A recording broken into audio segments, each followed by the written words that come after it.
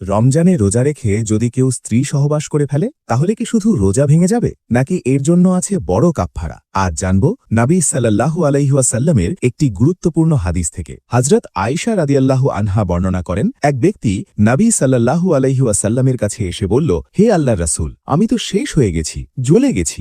নবী সাল্লাল্লাহু আলাইহি ওয়াসাল্লাম জিজ্ঞেস করলেন, কি হয়েছে? লোকটি বলল, রমজান মাসে আমি আমার স্ত্রীর সাথে সহবাস করে ফেলেছি। এ সময় নবী সাল্লাল্লাহু আলাইহি ওয়াসাল্লামের কাছে একটি ঝুড়ি ভর্তি অর্থাৎ 15 সা পরিমাণ খেজুর আনা হল।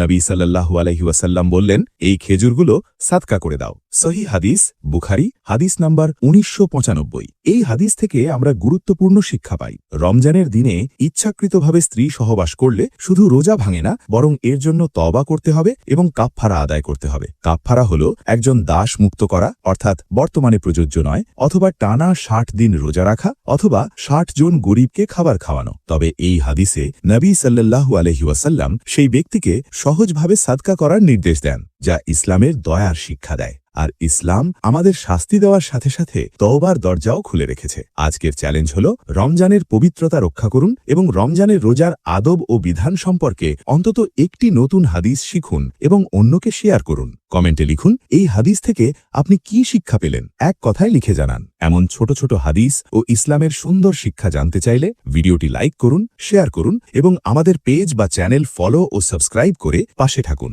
আল্লাহ আমাদের সবাইকে রমজানের মর্যাদা রক্ষা করার তৌফিক দিন। আমিন। আসসালামু আলাইকুম ওয়া রাহমাতুল্লাহ।